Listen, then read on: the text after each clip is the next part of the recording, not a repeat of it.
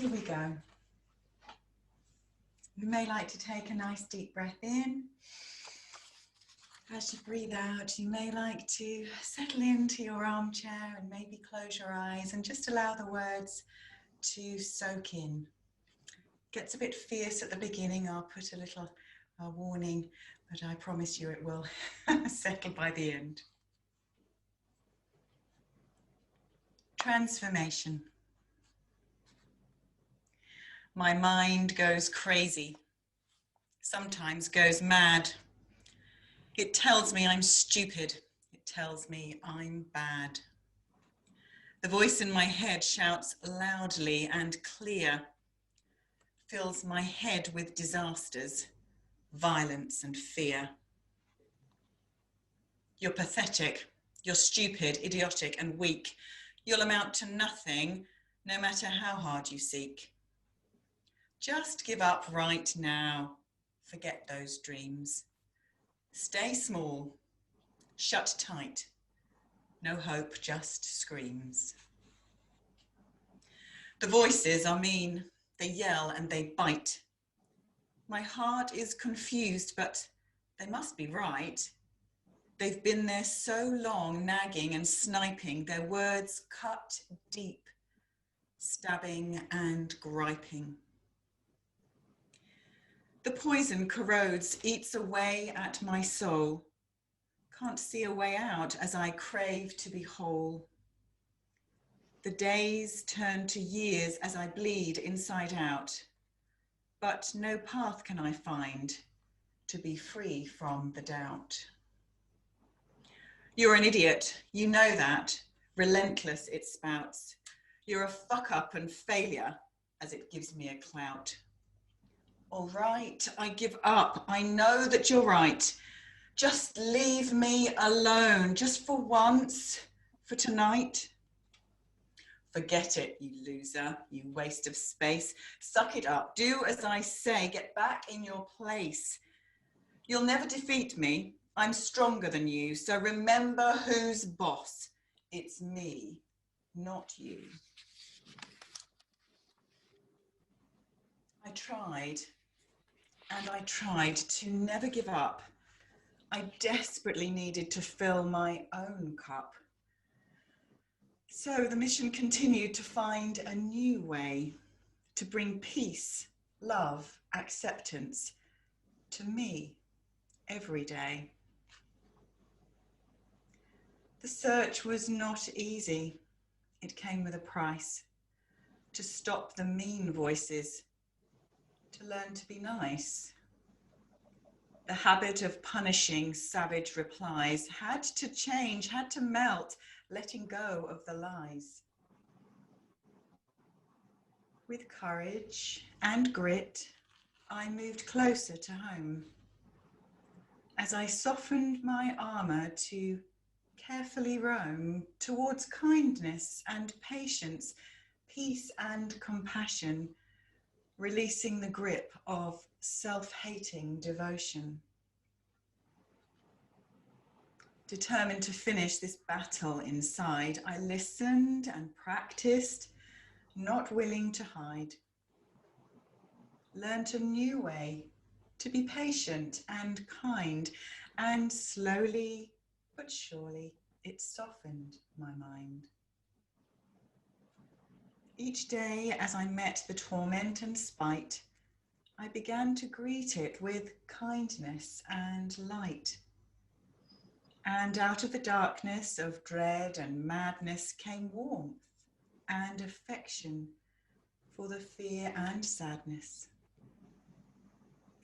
Perceptions of weakness, mistakes and failure softly faded and paled into whispers of fire. My focus was kindness, strengthened with peace. I nurtured that sweet voice, no longer on lease. To others, I still offered solace and love, but my new understanding was gently ungloved. My heart was wiser, richer, and brave, as I nourished myself first no one else would I save. The love tale continues one day at a time. I welcome the problems that don't even rhyme. I open my heart to imperfection and faults and smile at the pain unlocked from the vault.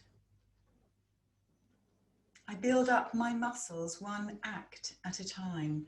Each gesture of warmth and friendliness chimes, a signal of strength, self-comfort and joy that bolsters affection, a happy new ploy.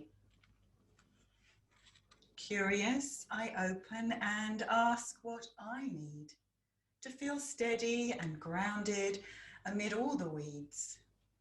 I look to my heart instead of my head and hear a voice whisper love letters instead. Blessed beyond measure, I let go of this curse that shackled my happiness and emptied my purse. Now full of gold sparkles, kintsugi I use to honor my scars and weakness infuse. A human am I, fully human at that, confused, sometimes cranky, and a little bit fat. Although I mess up and can fall on my face, I pick myself up as I'm guided by grace.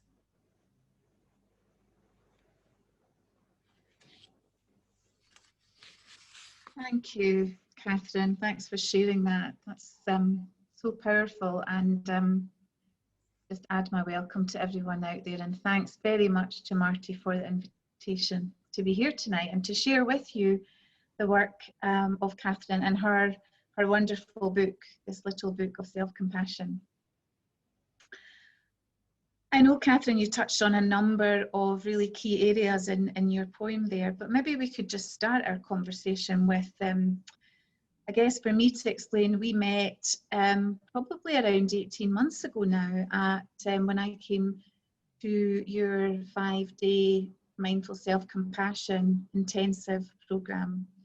And I have to say, since then, I've really incorporated the work, and I mean, it sounds a bit cliched, but it has really been life-changing for me. It's been so helpful, and particularly at this time of COVID and so many challenges and difficulties that I'm sure many of us are finding, and how lovely it can be to have that self-compassion, not only for yourself, but from the group that you've set up. So I'm really looking forward to our chat over the next wee while. And I thought it might be quite nice for you just to share with me and everyone joining us about how you discovered mindful self-compassion, how it got into your life, and a little bit more about that.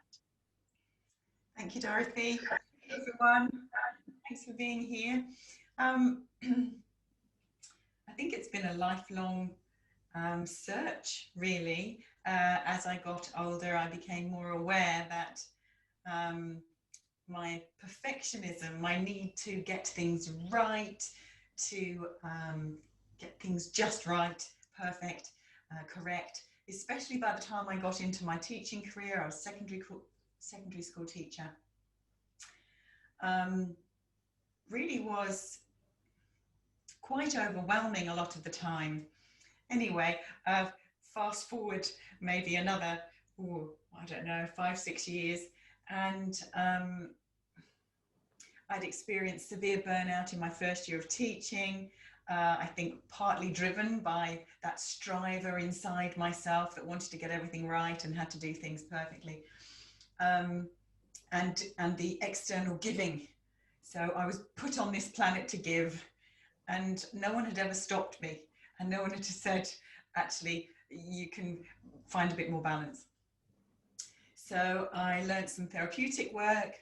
I ended up becoming a practitioner of something called The Journey, which really opened up my heart to a whole new way. But what was curious, over the years, even though I found a lot of peace within doing this work and meditating and such like, for myself and my clients, there was this pivotal thing that seemed to get in the way of people just being happy in their own skin. And eventually I realized, well, actually, it's this critical voice. And I didn't use this language particularly, you know, a compassionate voice and a critical voice. It was simply, gosh, we beat ourselves up, don't we? You know, we're mean. And I genuinely just thought, well, maybe that's just the way I'm made. I didn't believe it could change. I'm naturally compassionate and kind to others. That's ease for me. That's my nature. But I didn't know, or maybe there was just a lot of young programming, societal programming that it can't go both ways. It can't come back in. And so it may sound a bit silly, but some of my closest friends and people that I'd worked with in the past, we all came together and we agreed that this was a pivotal thing, this lack of self-love, self-kindness. And so I set up something called the Self-Love Club, because I genuinely didn't know what to do. And I thought, I literally put on my investigator trousers, and we all came together and we started to map out, well, what is this? What is this barrier between me and my own self-care and self-respect and self-love and self-esteem, and all those, they all sort of came together. And so in this pursuit, in this exploration, where we're all equals, I was blessed to be sent an email by the lovely Shamash Aladina, who wrote Mindfulness for Dummies, a lovely friend of mine who's set up the Museum of Happiness, and he had introduced or was organising the first mindful self-compassion training over in the UK. So off I skipped with some of my self-love club friends. 3 of us went, and we never looked back. I mean, the first day I just sat there and I said, this is it. This is the key. This is what's missing. This is the key. And I haven't looked back. I still believe it is the absolute key to well-being, to, you know, obviously there's lots of different elements, but this is, I think, the pivotal key to ultimate well-being. Thank you. And I guess for people that have maybe never heard of it before or are not familiar with this work, you know, how could you just share it in a nutshell? What is mindful self-compassion? How would you explain that? Yeah, so everything that we're going to talk about tonight originated, the training that I took and now I'm trained in, and you took, is originated by doctors Kristin Neff and Christopher Goma. So they created this particular way into self-compassion. So they called it Mindful Self-Compassion, which is an 8-week course. And Kristin Neff, the researcher, she's created a model that's very much pivotal to the whole of the training. So we have the mindfulness, which I'm sure many of you will recognize and know. It's quite a popular approach to living life now, being fully present in the moment, you know, with this non-judgmental, in a more accepting way, in a broader sense. Excuse me. So we've got that aspect. There's these three elements. Then we have the self-kindness, which speaks, you know, says what it does on the tin, does what it says on the tin. So bringing kindness in, bringing compassion in for oneself, and gestures of that. And then there's this third element, which I think many people will find really exciting, and certainly was a game changer for me. And this is the common humanity element. And this really speaks to being fully human and allowing ourselves to be fully human, warts and all. So inviting the imperfections in, finding a place of acceptance, being a little bit more comfortable with our flaws, and knowing that actually we're okay just as we are. And also there's that element of, this was a big sort of stand back moment for me. that I started to recognize, oh my goodness, if any other human being had been through what I'd been through all my life, with the filters, with the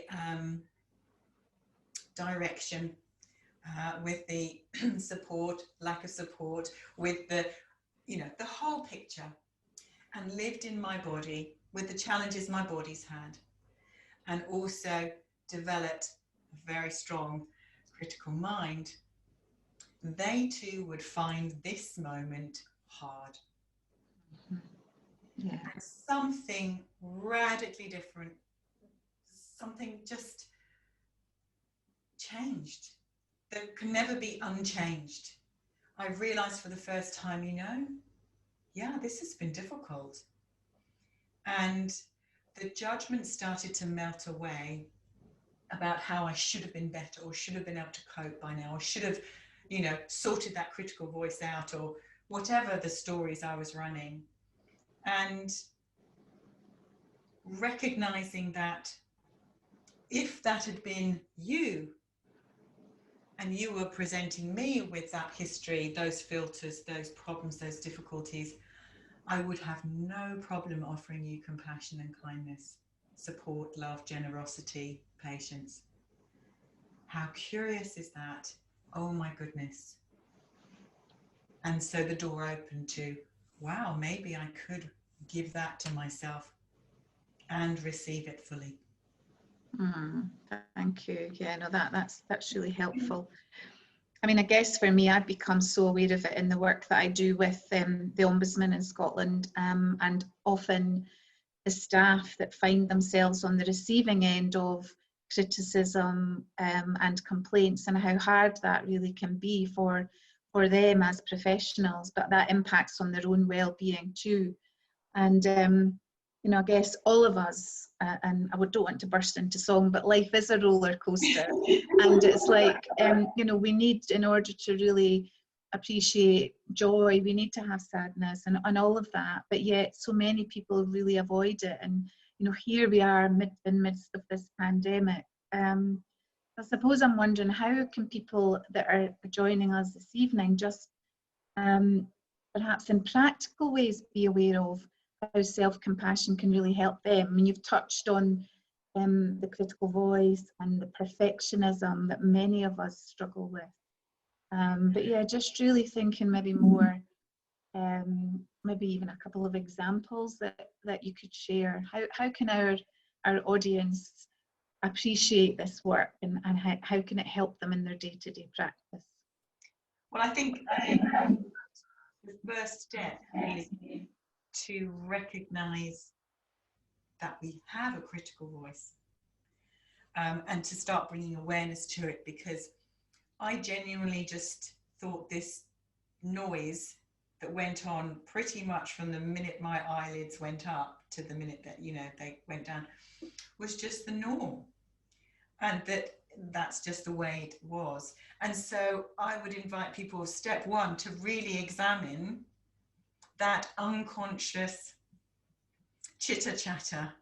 You know, this is the autopilot that may be just running us.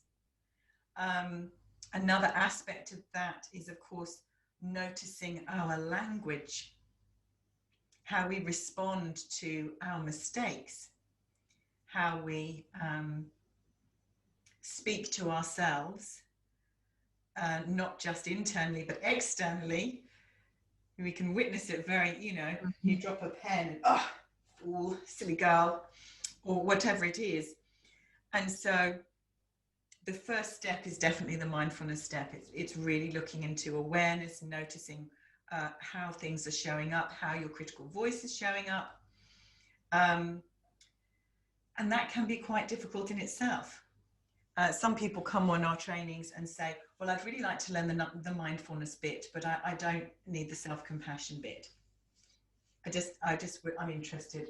And they say, I don't really have a critical voice. And actually what they discover is that they're simply not aware of it, because it's running in the background like a tape recorder all the time. So that would be the first step, and really to you know, just to notice, well, how do I handle mistakes? How do I handle when something goes wrong? Do I blame myself when something out of my control happens? Which is a common one. I can obviously speak from an education background.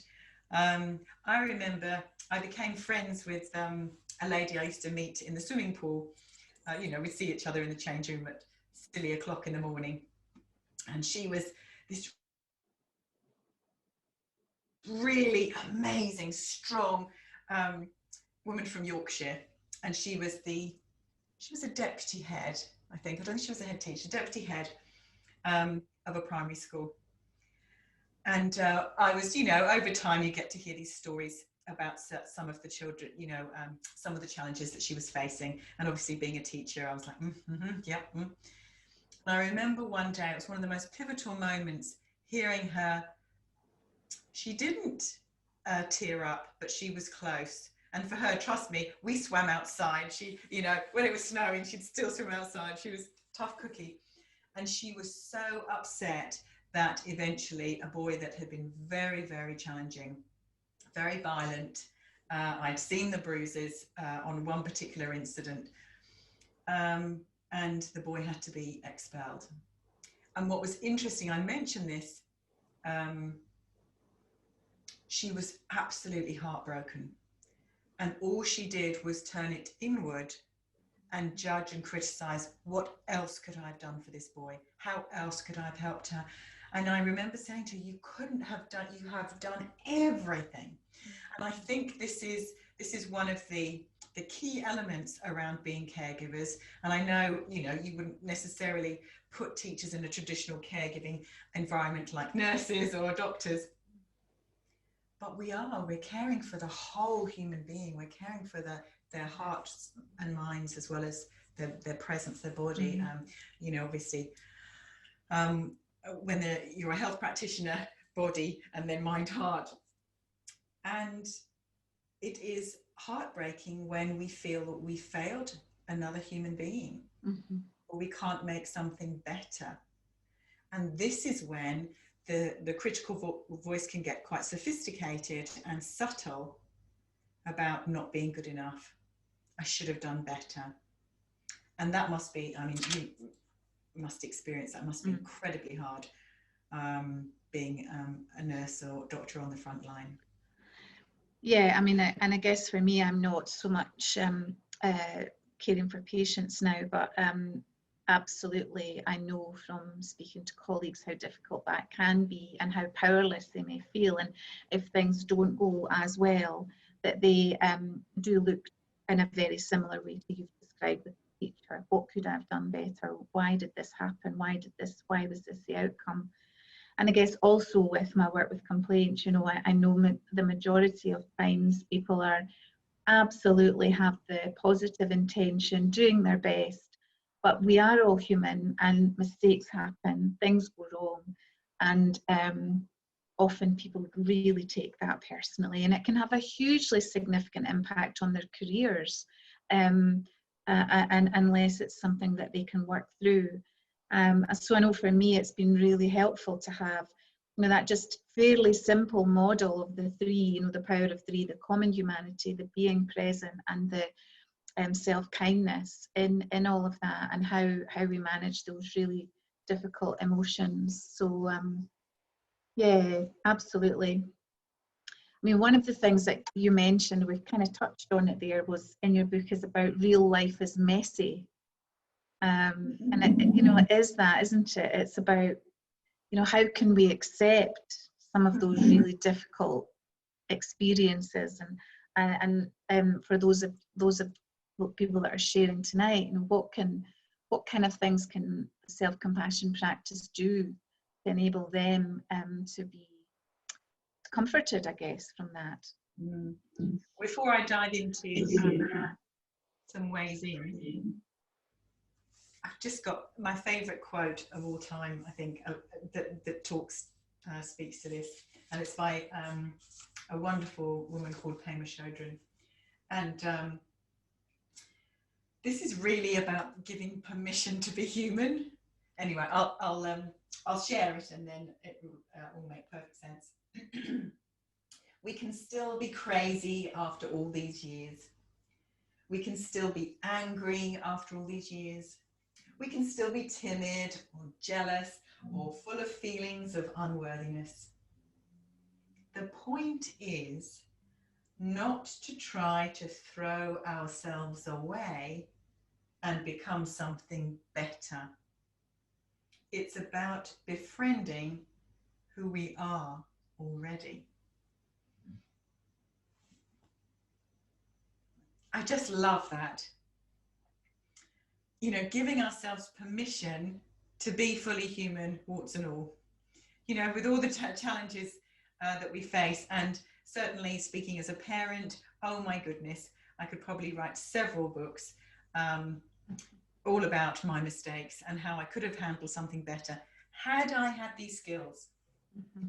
And so I now, you know, even now, my boys are in their early 20s, and Ollie goes back to uni tomorrow, so I'm a bit delicate. So a bit sad about that, and excited for him, obviously.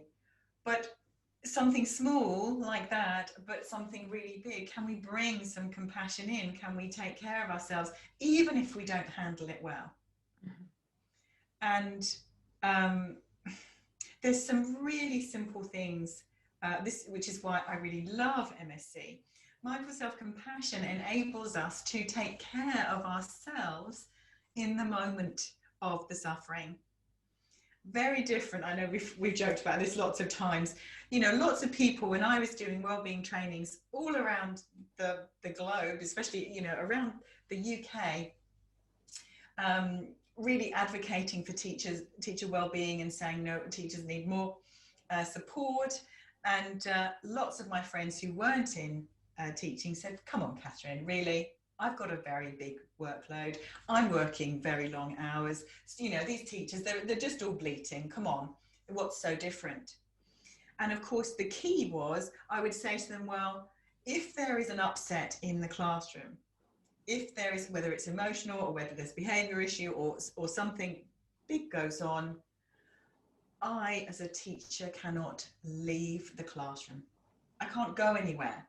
I have to stay put and be in it. I said, however, you in your lovely tidy office can get up from that difficult email or that unpleasant meeting and go to the water cooler or go to the bathroom or take a walk outside, and you can manage yourself a little bit more. So anyway, so that's sort of my background of, you know, actually we're in it, and what do we do in that moment to stay steady? Now, my mindfulness practice really helped me, you know, feet on the floor. That's one of the greatest feet on the floor, ground yourself, stay steady. So if I've got someone shouting at me, and oftentimes, you know, I was working in quite difficult schools or in prison, although the men in prison, the young women in prison were, the juvenile women were very difficult and got quite fiery. So if there's someone really attacking me, I can bring my awareness to my feet, for example. So there's our basic mindfulness practice. I can bring my attention right down, ground myself, feel steady. I can bring my attention to my breathing. I can allow myself to stay steady because I know I'm the adult in the room and I need to be the one that stays steady in this storm. The missing piece for me was I wasn't able to, during that difficulty, to tend to my own need. My needs were, oh my gosh, I am really frightened right now. Even though he's only a year 8 boy, he's twice my size and he can, you know, whoop me across the room if he chose to right now. And I'm in an isolated block on my own and there's no, you know, senior support anywhere, for example. So fears are rising. Yeah. So with MSC, something as simple, you saw me sort of gesture about, you know, giving myself a little hug. We're mammals. So we have this magical mammalian caregiving system, and we take it for granted that we are naturally soothed by touch. You know, what do we do when a child falls over? Oh, darling, there, let's rub it better.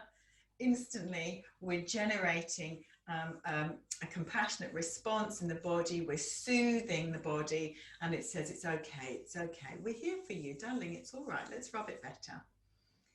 Now, obviously, if you think of a pussycat, you know, the aspects of a mummy cat looking after little kittens, she's providing also not only that soothing touch, she's also providing some tender, soothing vocalizations. So for cats, you know, mummy cat purrs. For us, tone is everything. Mm-hmm. So another thing we can really work on is catching ourselves with our tone. So I can say thank you in 10 different tones. And each one will have a different meaning. Back to my drama teacher days. Thank you. Very different from thank you. Thank you. You know, we've got all these different nuances. And of course, we're incredibly complex. We understand this. And of course, our nervous system, all parts of us are going to respond, especially to this tone. So if we have this really gentle, soothing vocalizations, just like we're purring with a friend, oh, Poppet, oh, did you hurt your knee? It's okay. Come on now. We don't think twice about using that very soothing voice to a child. But what happens when we offer it to ourselves? Same response in the body. Our physiology responds in the same way. It's magic. Mm-hmm. So there's three simple things that we can literally go and practice straight away. Bringing our awareness to this moment, grounding our feet. There's our mindfulness. Offering ourselves some soothing touch. Some people really easily find a place that's soothing for them. Stroking the back of their hand, maybe resting their hands on their heart or their tummy. Some people naturally, when they're getting anxious or finding things difficult, will start rubbing. I had one teacher say, oh, I've done that for years. But she hadn't realized that actually what she was doing was offering herself soothing touch when things were difficult. Mm-hmm. So we can give ourselves what we need in the moment of difficulty, in the moment of suffering. And then, of course, we can just bring in some kind words with some really gentle, soothing tone. Oh, Poppet, this is hard. This is really hard. I know you're nervous, but you're going to be all right. Do your best. Rather than, come on now, pull yourself together. Mm-hmm. Yeah. Chatting to Dorothy on the RSA. Yeah. I know, and I mean, that's a great example, but I've also had a similar one for working with particularly nurses and doctors in intensive care, for example, recently, and it's the same thing. You know, you can't just stop. You're about to do a procedure and you're feeling really nervous about it, you know, potentially life-threatening procedure, and it's like, excuse me for a moment, I'm going to have a massage, you know. But what you can do is use some of these techniques, and it may well be just, you know, for me, it might just be there, you know, it is okay. Just breathe, and, you know, everything will be all right. Because the other thing that's so fascinating linked to this is that when we are in that emotional state and we are triggered, then also our prefrontal cortex shuts off and we actually can't think straight. And therefore, it's going to be even more difficult to manage whatever procedure or conversation that we've been asked to do. So having that ability to notice it, as you said at the very beginning, and then take some steps that work for you can be really helpful. What's really, sorry, jumping in, but what's really fascinating, and this absolutely knocked my socks off. I'm no scientist, as you know, but our physiology, our nervous system, the threat defense system in our bodies responds in exactly the same way to our critical voice as if someone was threatening us physically. Yeah. Now that was a big wake-up call for me. Do I want it? So when we use the phrase, oh, stop beating yourself up, that is exactly what we are doing. We are generating so much stress, all the cortisol, all those stress hormones, they're flooding the body, and they are generating an enormous amount of threat in the body that will impact, as you say, the brain, all the chemicals, the hormones in the body. That's not going to be a place of ease or relaxation. How are we supposed to be functioning, effectively, especially in important roles like the ones you described, in teaching, communicating with a loved one, if it's in a family situation, if we're already under threat because we've just been beating ourselves up because we should have known better and we should have done it right.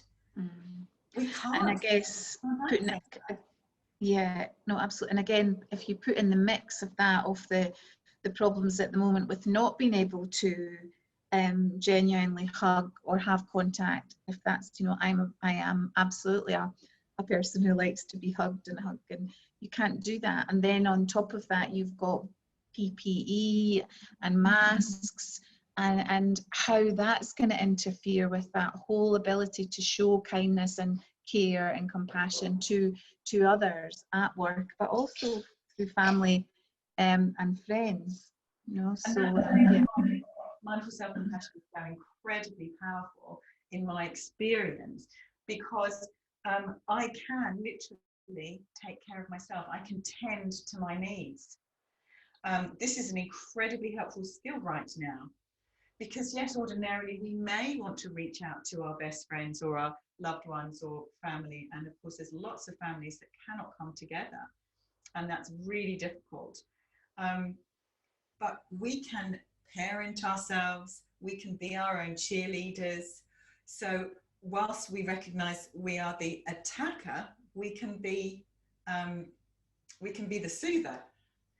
So we can be both, and we can give ourselves what we need in that moment. So certainly a lot of Kristen's research is demonstrating the more we give this to ourselves, the more likely we are to be able to offer it to others. Our listening skills improve, our ability to bounce back after failure improves, our meeting relational conflict, we're more likely to apologize. I mean, there is so much evidence demonstrating that when we are more self-compassionate, all of these other skills and benefits arise. It's extraordinary. Even our confidence, our well-being, our physical well-being improves, as well as our mind health. Amazing. Fabulous. I'm not sure how much more time we have, but I guess the other thing I wanted just to pick up on and ask you is that I think that a really lovely, sort of very practical definition of all of this work is to treat yourself like you would a good friend. Yeah, this is the simplest way in for anyone that hasn't explored self-compassion on any level before. This is the pivotal way to the ultimate question to ask oneself if one's struggling. So if the critical voice comes in, oh, Dorothy, you really should have known better. Oh, why didn't you do that so much? Kathryn, how many times have I told you? All of that critical energy. Would you say that to your best friend? Would you berate them in that way? Would you stand over them and wag your finger and say, really? How many times have you made this mistake and you're doing it again? Would you, let's be honest, get a bit blue with the language? I know a lot of what I used to say to myself was not printable, and I certainly would never have said it out loud. I wouldn't have said it to anyone that I loved and cared for. So this is a really great marker. This is a really great litmus test, a yardstick, if you like, to consider, well, how self-compassionate am I? And there is a wonderful test Kristen Neff's created over the years of all her research. I know Jane's going to pop a link in for you if you're interested to take the test and start exploring, well, where do I sit on this scale, this self-compassion scale? You may know quite clearly, I was very clear, I knew exactly which end of the scale I was. But in her research, this is just the US population that she selected and worked with. Just over 3/4 of the population were found to be significantly kinder to others than they were themselves. Now, it's not to make yourself wrong if you're not in that percentage. I would say I am happily not in that percentage anymore. It was very clear that I was significantly. I could go out of my way. Someone comes to me, they've made a big blunder, they've been rude, they've, you know, whatever it is. Come on in, sit down. Shall I get you a cup of tea? What do you need? Let's have a look at this. It's okay. Don't worry, it's not the end of the world. My compassionate voice comes out, those gentle vocalizations, I'm likely to give them a hug, I'll reassure them, I'll say everything's going to be okay, I'll give them all the time they need, I'll listen with that open heart. And yet, isn't it curious, we don't do that for ourselves? Yeah. Not Lovely. really. Lovely. So yes, how do you treat a friend? How would you treat your best friend? So if you catch yourself, especially when things go wrong and you've made a mistake, ask yourself that question. Well, how do I treat? How do I? Would I say that to my friend? How would I respond to her or him? Well, I'd be probably a bit more patient, and I'd certainly give them the benefit of the doubt. You know? Yeah. It's okay. Let's dust you off. Yeah, you have made a bit of a clown of yourself. Come on. Let's have a drink, and let's, you know, or maybe a wee bit of chocolate. It'll all work out. It'll be okay. So very different attitude. So we're looking at attitude, we're looking at intention, we're looking at how we be with ourselves. Yeah. Very different. Yeah. Thank you. I mean, one of the other things that that's really resonated with me in your book is that often people, you know, and we'll not probably want to have time to go into gender and all of that, but with compassion, there's a sense that it is very much around that soft, feminine, caring side. And so I was really interested in, I think around page 102, where you describe the yin and yang of self-compassion. And I guess the yang is around that harder in a sense. And just, I thought maybe people might be interested just to hear a wee bit more about that yin and particularly the yang. Yes, I mean, this is relatively, in regards to the research, relatively new language. Really, really powerful. So yes, there is an assumption that self-compassion is very yin, it's very soft. And it is. It's very loving, it's comforting, it's soothing, it's inward focused. The yang, you know, let's look at Mama Bear protecting her cubs. No one would ever judge Mama Bear if something was threatening her cubs and Mama Bear growls, don't come near my babies. Could be a bear. Similarly, if you think about, if we put it in human terms, firefighters, hugely fierce compassion to fight that fire, to go inside, risk their lives. So it's very outward, it's very protective, very different to the yin, but you can't have one without the other. Now, some of us are more naturally yin, but if we've been missing that for ourselves, my experience again is very much, well, let's fill our own cup. We need to really fill ourselves up before we start exploring, well, is it time I stood up for myself? You know, Liz and I at Kind Mind Academy, we work with Sutton Women's Centre. We really like to support our local women's centre, which focuses on victims of domestic violence. And of course, inside their head, they're saying, I should be able to say no, I should be able to stop this. And there's lots of critical voice and lots of shame. There's lots of layers to this, very complex. But our first step is the yin. Our first step is the gentleness. Can we soften that voice that says, you should have done something better? Can we let go of the blaming and the fault and the shaming and such like? And at some point, when we are strong and centered in our own hearts and kind to ourselves, And we can really acknowledge and say, actually, that's not your fault. And you are safe to be yourself, or whatever we need to hear ourselves. Then we begin to develop what Kristen terms as the yang of self-compassion. So if you imagine, yin is very two open palms on heart, very open and soothing and lovely. The yang may be one solid fist over the heart, protective, with a gentle open palm over the top. That's one way of really experiencing it. For this, there's two things to look at. The obvious yang of self-compassion is that. No. Don't do that. Do not do that to me. I will not accept that.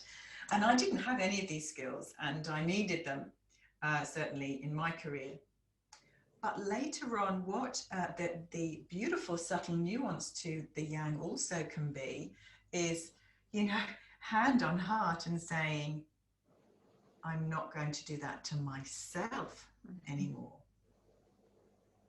And that's where my journey began, with a little bit more yang. Actually, I'm done with this critical voice. I'm not going to speak to myself that way anymore. I'm choosing differently. I'm going to learn a way that's kind.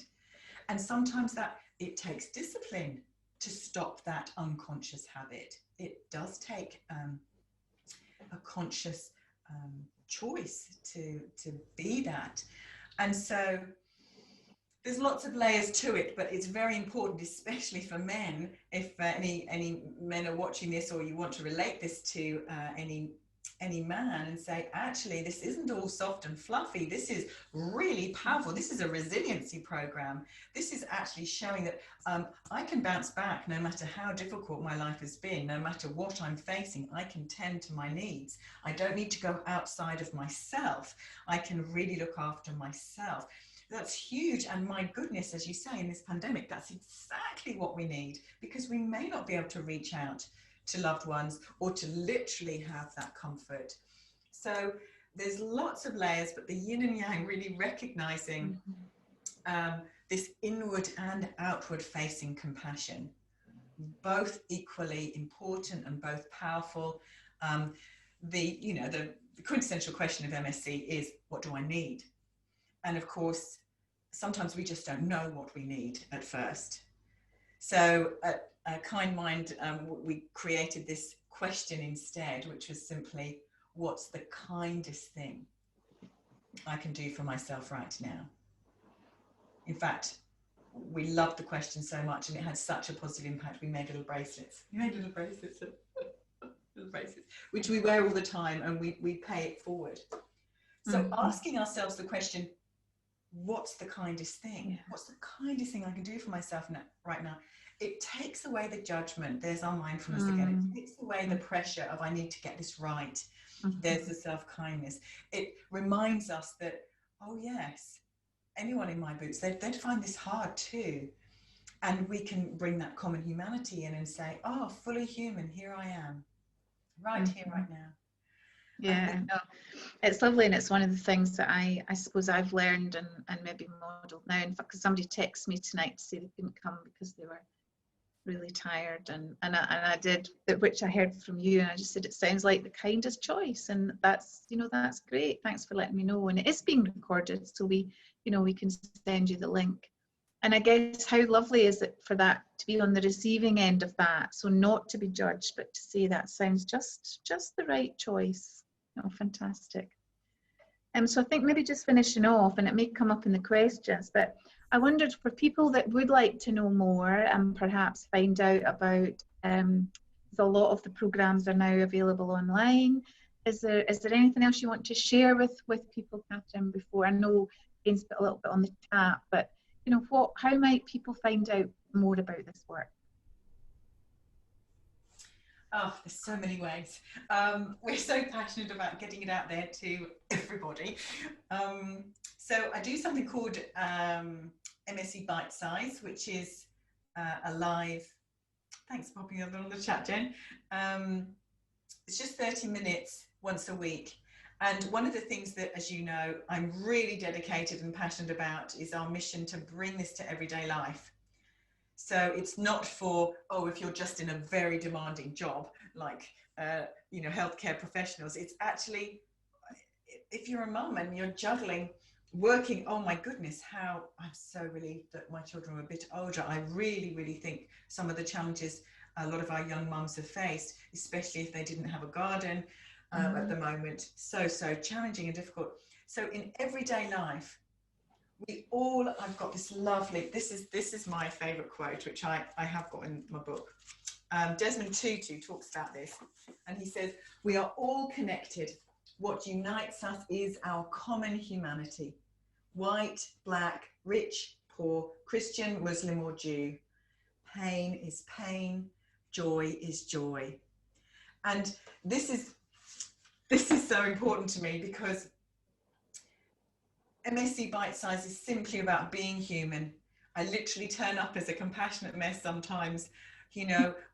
Last year was really difficult. We lost two very close members of the family, and it was very difficult and drawn out.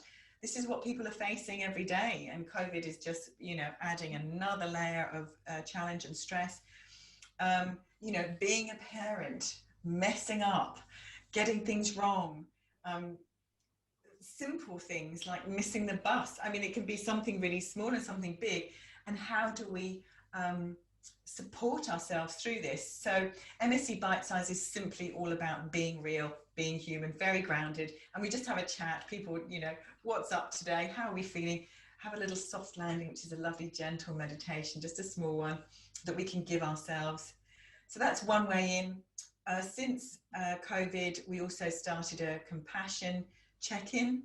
So just to allow an open, safe space for people to come on a Friday morning, 8 a.m, to just spend an hour with us. They don't need to know anything about self-compassion or mindfulness or anything. They can just be fully human, just hang out with us.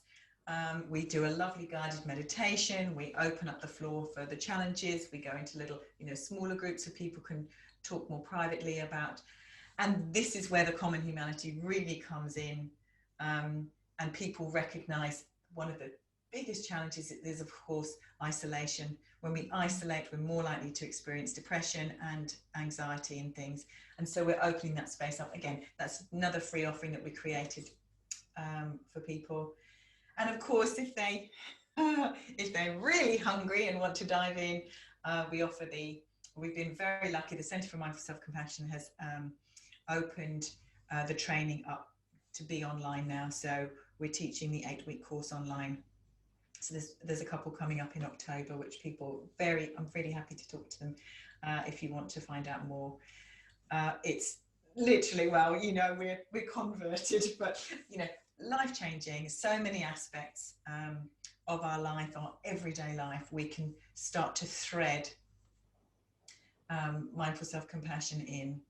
And of course, if all that feels a bit too public and overwhelming and connecting, it's very simple. Read this. Start with this. My little book, the lovely Chris Germer said, this is a really great entry point. And that's what it was meant to be for, just that first step, opening the door, being curious and noticing, I wonder if I could change this critical voice. Maybe I could even eventually befriend it, which is what we do. Mm-hmm. So there's a few ways in. Fabulous. Thank you. I'm just wondering about just after 8, Marty, should we see if there's any questions now? Is that a good time to just pause? Absolutely. I just want to say thank you so much again. I'll say this many, many times, but I just feel like you've given us all a big compassionate hug, Kathryn. I feel calm, and it's just, it's just wonderful. So thank you so much. And I would encourage everyone to read this book, because we all need it, actually, and we all need to stop off. I was thinking to myself when you were saying about swearing, and you would never say the things that you would say to a best friend. We would have no friends, actually, if we spoke to them the way we speak to ourselves. And my language really would be appalling coming out, the things I say to myself. So I think we definitely need to watch that. But thank you so much. Yes, time for everyone out there with us to start asking some questions, please. And Jane, hi Jane, is going to field them for Dorothy and Kathryn so that they can relax and sit back and answer questions from our Salonistas. So thank you. Thanks, Jane. So if you'd like to put your questions in the chat, yeah, just any questions that you might have from tonight, that would be great. Maybe a minute to think.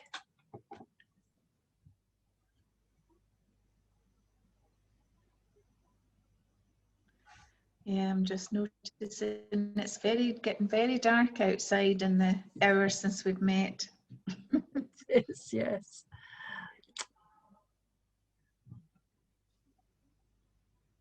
Can I just ask, Kathryn, the Friday Zoom sessions that you have, so that's just a 1 hour thing that you can join in, and what kind of things happen in that session? It's very informal. Mm-hmm. We just get together, have what we call a soft landing, which is a briefer meditation, just to help everyone settle in. And then we will usually pick out a topic, something that may be arising for somebody, or what's been going on in the week. So bring out, or maybe anxiety. So anxiety started to show up for quite a few people simply because the rules were changing. Some of the people on there were mums and dads, and schools were going back. And so that shift again was discombobulating quite a few people. So we talk a little bit about that and how we can help ourselves, take care of ourselves in that. Then they'll go off into smaller groups and have a more intimate conversation so that they can feel safe to really connect. Then we come together, and then we'll do a lovely, anything else that needs to be expressed or shared, so that our common humanity can be really united. And then we finish with a lovely meditation practice. Sounds lovely. Thank you, Kathryn. And we're getting a few questions coming in now. So the first one is somebody, Andrea Dunhill, and I hope you're okay, Andrea, just me asking this question for you. So she's interested to hear more about the precortical brain shutting off and the fact that we can't think. So Dorothy, you were talking a little bit about that. So just be good to hear more about that. Yeah. Well, I've been one of the silver linings of lockdown is I did an online course from this lady called the Brain Coach, and she's a neuroscientist in Sydney, having done her PhD in Oxford, and she talks a lot about our amygdala, which is the almond-shaped organs in our brain that become emotionally charged when we are in survival mode. And then fight, flight, freeze is the response, and we need that response, for danger.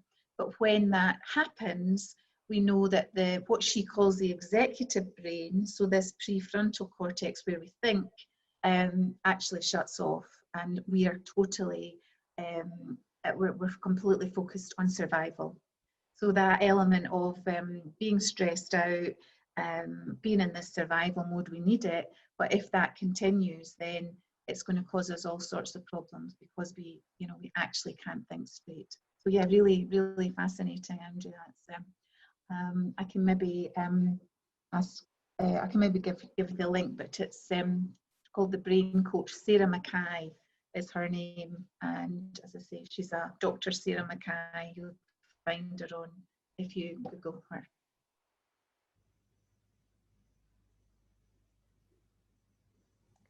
Great, thank you for that. Well, I'll definitely look into that. That's really interesting. We've got lots of questions now coming in. So one is an anonymous question.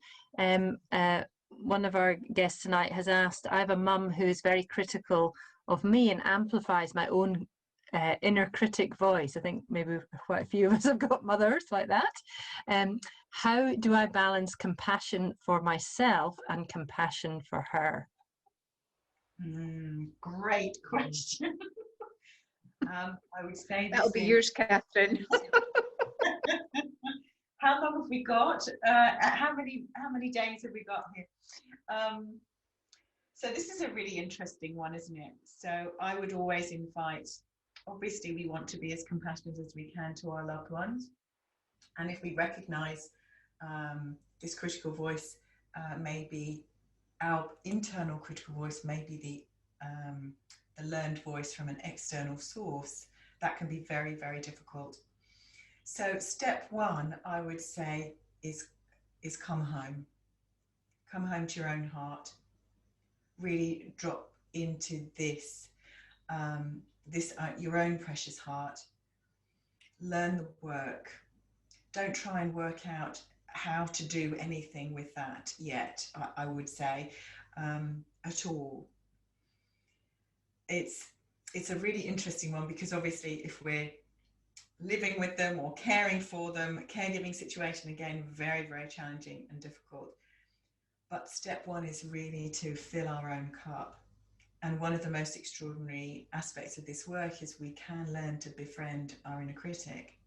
We're not going to make that critical voice wrong.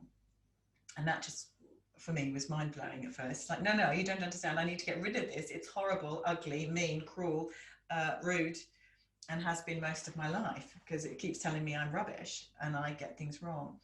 But actually we know that voice, if we look at its intentions, it's actually usually to help maybe motivate us, help maybe protect us from external things, or, not to look silly if we, maybe are going to take a risk. There's so many layers as to the benefits and the good intentions of our critical voice, which I thought was very radical at the time when I first understood this. So we've got that aspect, well, there's our noisy, mean, critical voice, but actually its intentions are good. Its delivery is messy, clumsy, unkind, unhelpful. So if we can separate the two, then we can start to move towards befriending that critical voice. So I would suggest that's step one. There is a beautiful practice, which is one of my favorites, which would work very well in this situation. And it's giving and receiving compassion. And we learn, when we learn to fill our own cup and we give ourselves loving kindness, we can offer ourselves this tenderness, and really genuinely receive it. Then when we are steady and feeling more wholesome within ourselves, then we're more able to offer it to another. And with this particular practice, we can literally breathe in for ourselves and breathe out for another. Anyone that's done any metta meditation will know that there's an expansive version of this, but this is a simplified version of, in for me, out for you. And that may be a nice way to try and begin some balance for whoever asked that question. Judgmental approach, the critical voice can be very judgmental internally, and then that judgmental voice can be externalized and pushed outward. Again, can we befriend all of that? Can we allow ourselves to still feel grumpy and defensive and all those things, and still offer ourselves kindness and compassion? And then with that gentle breath, with that practice over time, and I really can't stress that over time enough, with practice, that will be able to, you can extend that and find a bit more balance for that other person. And that takes time, and it's everyone's own personal journey. I hope that helps to answer that question a little. It's a huge, huge topic. I know, and that was great. Yes, I'm sure we could spend a long time talking about that, and that's very helpful. So I've got a question now from Harriet, and Harriet, I'm going to unmute you. Let me see if I can do that. I think that's you unmuted now, Harriet. So if you'd like to ask your question there. Thanks very much, Jane, and thanks, Kathryn. It's terrific to hear you. So my question is about about how we can train our inner critic to look after us well, because as you were saying, it is well intentioned. You know, it's terrified that we're going to look stupid in front of people, so it tells us first that we look stupid before anyone else can tell us that we look stupid or whatever. And I guess that we speak so harshly to ourselves because we feel, and indeed are, responsible for ourselves, and we want to improve ourselves. So our inner critic has a field day with us.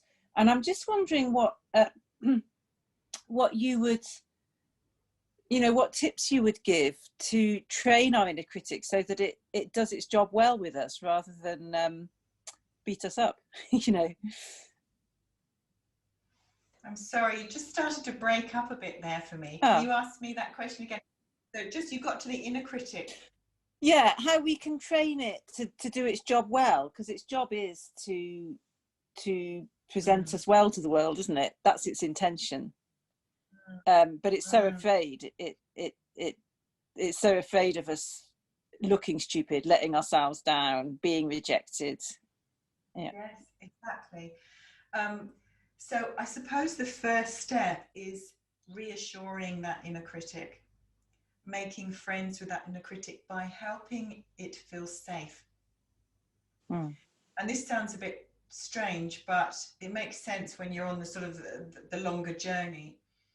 So I really thought, I definitely arrived with MSC saying, fix me, please fix this horrible voice, fix it, sort it out, make it better, get rid of it, do something with it.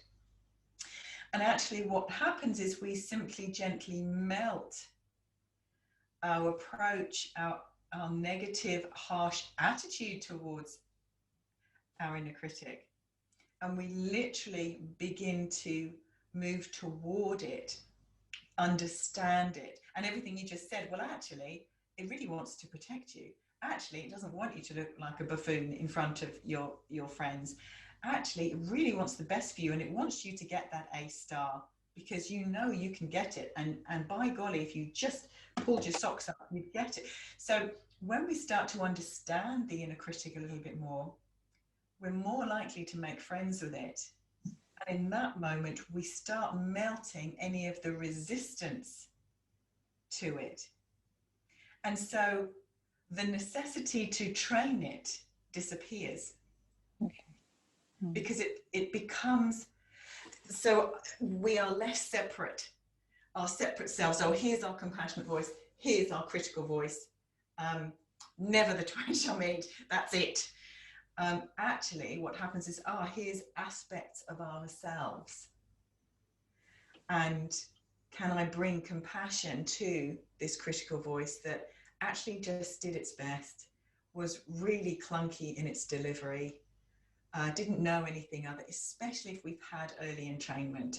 I had and still do have quite a loud familial voice. And can that be okay? So can we begin to love and accept that critical voice for its best intentions? And then I suppose this would come closest to training. What happens is we begin to negotiate. Can we have a chat? Come and sit down. Come on, come and sit down. Shall we have a cup of tea? What is it you need? What are you trying to say to me right now? And can you speak in a manner that I can receive without feeling like something under someone's shoe? Oh, well, yes, don't you understand? I just don't want you to be hurt. Don't get hurt. Don't do that. Oh, okay. So what? Now, this sounds a little bit, strange, but it is almost like we learn to converse. We learn to befriend. We learn to accept. And so training isn't necessary, or getting rid of or fixing. All of those attitudes just melt away. And kindness just holds it all and says, well, yeah, I can see why you're still judging your body right now. Yeah, I can see that. This is hard because you're judged when you go outside the door because you don't fit the model, or you know, whatever the story we're running. And then we soften it, and the compassionate voice can come alongside. And that's when the magic happens. Thank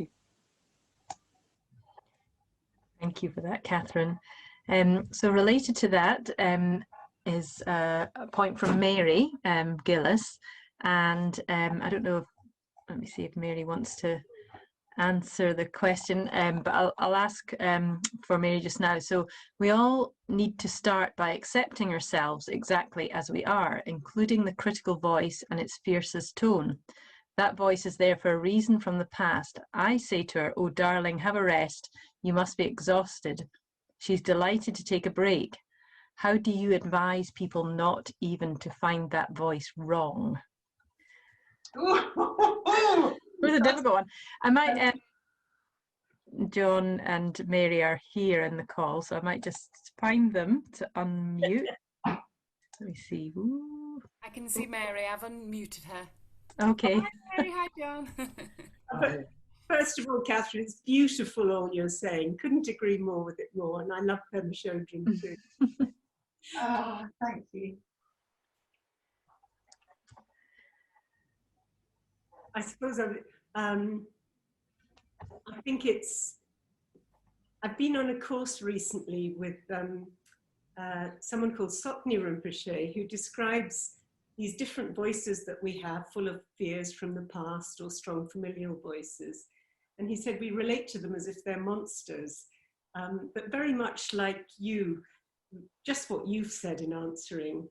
He says, but they are beautiful monsters. They're our own, and they are desperate to be liberated too. And we're the only channel for them to be liberated. And it can feel immensely meaningful to feel that you're releasing even sort of family pent-up energy that just needs to go free and that wasn't even ours in the first place. So it was really, you've already touched on it in your answers, to ask you more about that. Yes. Oh, thank you, Mary. I mean, I don't think there's really anything to add.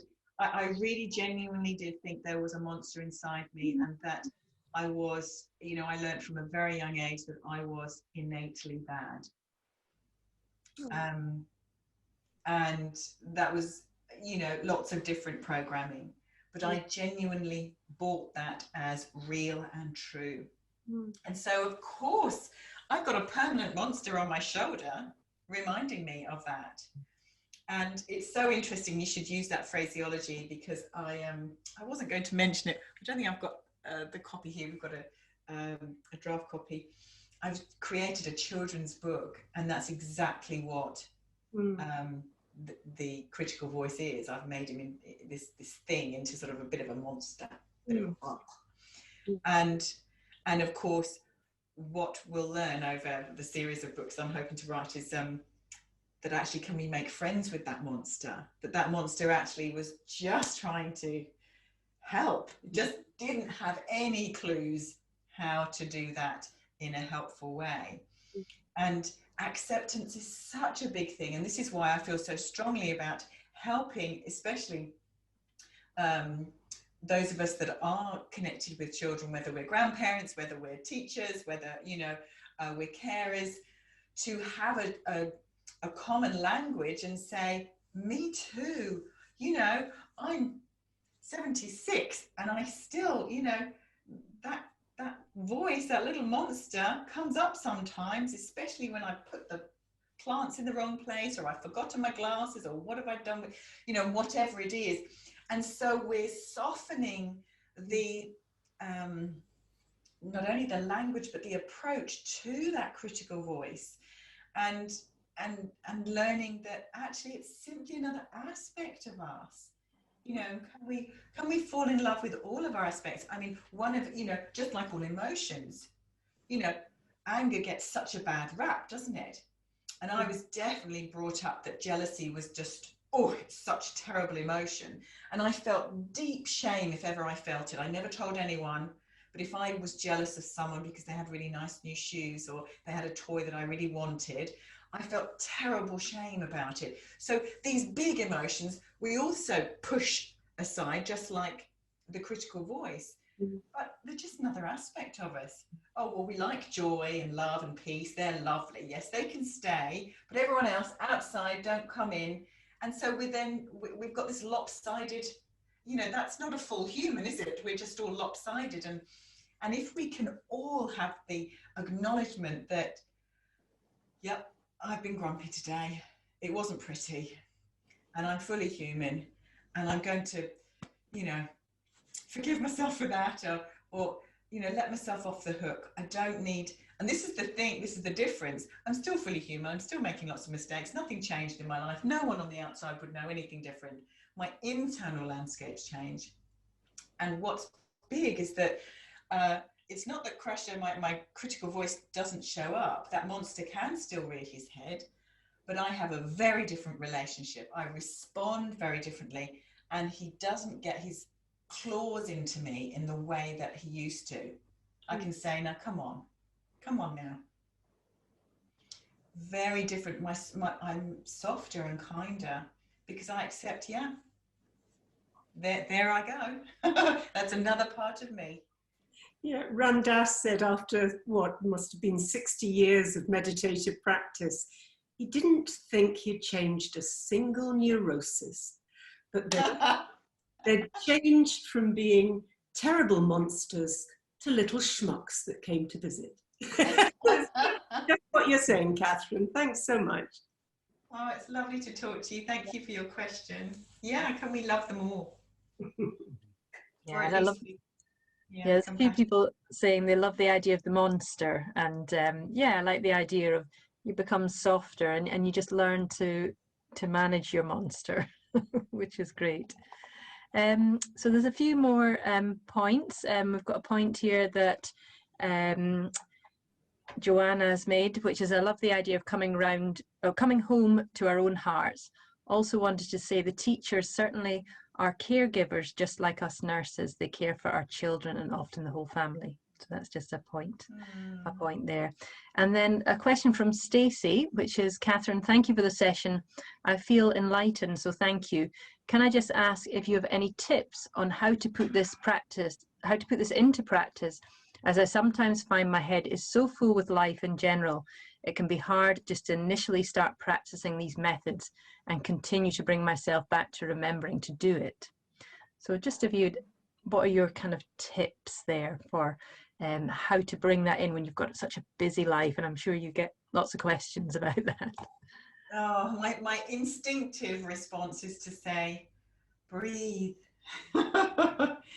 And, you know, the difference between my breathing practice before MSC and after is that there's a friendliness in my breath practice.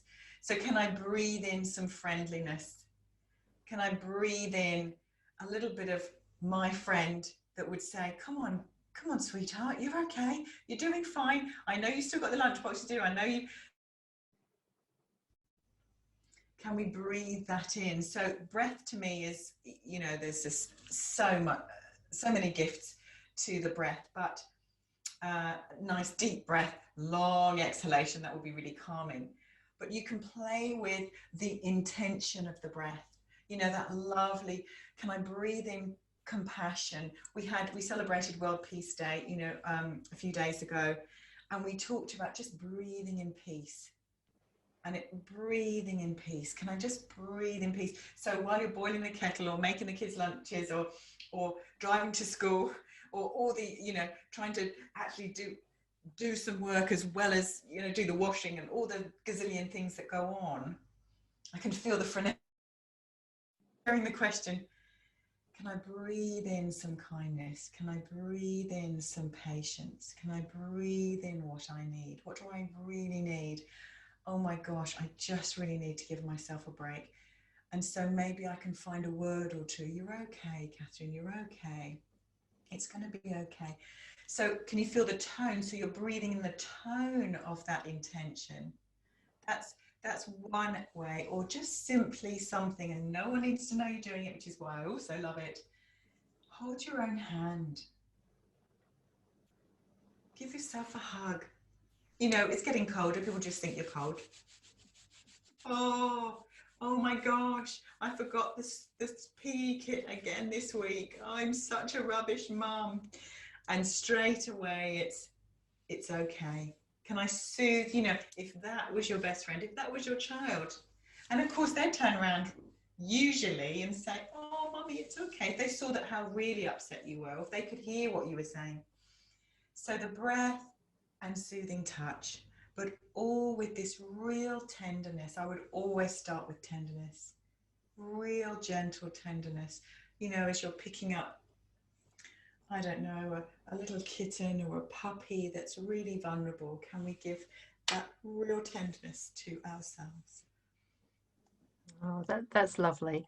Thank you for that, Kathryn. Some really nice tips there, and I'll be thinking about holding my hand as I go forward.